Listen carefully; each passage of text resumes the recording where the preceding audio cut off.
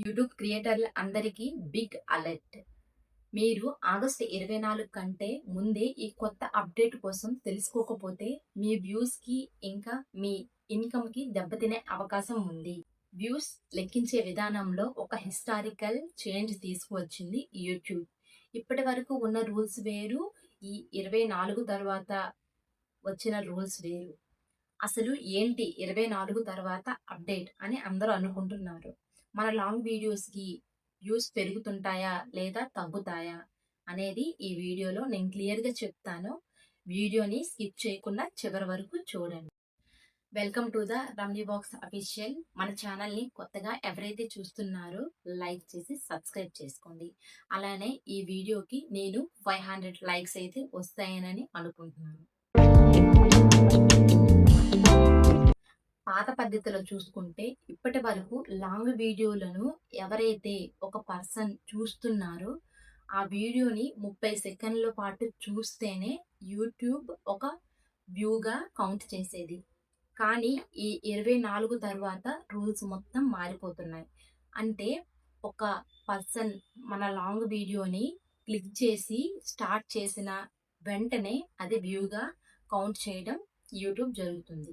అంతేకాకుండా ఇప్పుడు షార్ట్స్‌కి ఇంకా లైవ్ వీడియోస్ చేస్తున్నాం కదే, ఆ రూల్సే ఇప్పుడు ఈ లాంగ్ వీడియోస్ కూడా పెట్టడం జరుగుతుంది.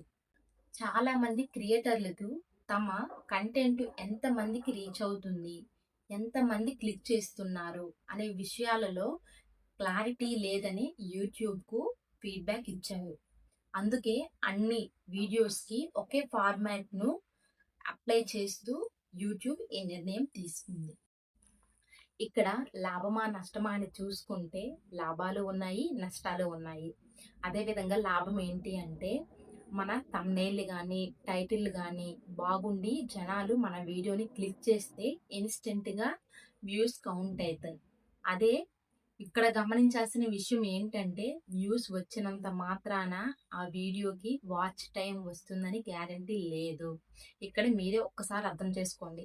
అంతేకాకుండా జనాలు ఒక వీడియోని 2 సెకండ్లు చూసి వీడియో నుంచి బయటకు వచ్చేస్తే తరువాత ఆ వీడియో రిటైన్ శాతం మాత్రం పడిపోతుంది.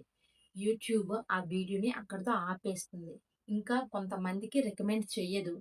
అందుకే మంచి కంటెంట్‌తో మంచిగా ప్లాన్ చేసుకొని మీరు వీడియోస్ చేస్తే వీడియో ముందుకు వెళ్ళే అవకాశం అయితే ఉంటుంది. అయితే ఈ అప్డేట్ వల్ల వ్యూస్ అయితే త్వరగా వస్తాయి. కానీ నేను ఈ 3 పద్ధతులను అయితే చెప్తాను, పాటించండి. ఫస్ట్ అయితే క్లిక్ బైట్. అంటే మన వీడియోని ప్లే చేసిన వెంటనే అందులో ఇన్ఫర్మేషన్ లేకపోతే వెంటనే వెళ్ళిపోతారు. అందుకు మీ వీడియోని మంచి కంటెంట్‌తో ఉండేటట్టు చూసుకోండి. ఫస్ట్ ఆఫ్ ఆల్ మీరేం చేస్తారంటే మీరు వీడియో చేస్తున్నప్పుడే 5 సెకండ్స్‌లోనే మంచి హుక్ పాయింట్ పెట్టండి. అంతేకాకుండా మన వీడియో అంటే మీరు వీడియో చేస్తున్నప్పుడు వీడియో ప్లే అవుతున్నప్పుడే సబ్జెక్ట్‌లోకి వెళ్ళండి. వీడియోనైతే అస్సలు లాగ్ చేయొద్దు. ఇంకా సిటిఆర్ అండ్ ఏవిడి అంటే మీ క్లిక్ త్రూ రేట్‌తో పాటు యావరేజ్ వ్యూ డ్యూరేషన్ కూడా దానిపైన కూడా దృష్టి పెట్టండి.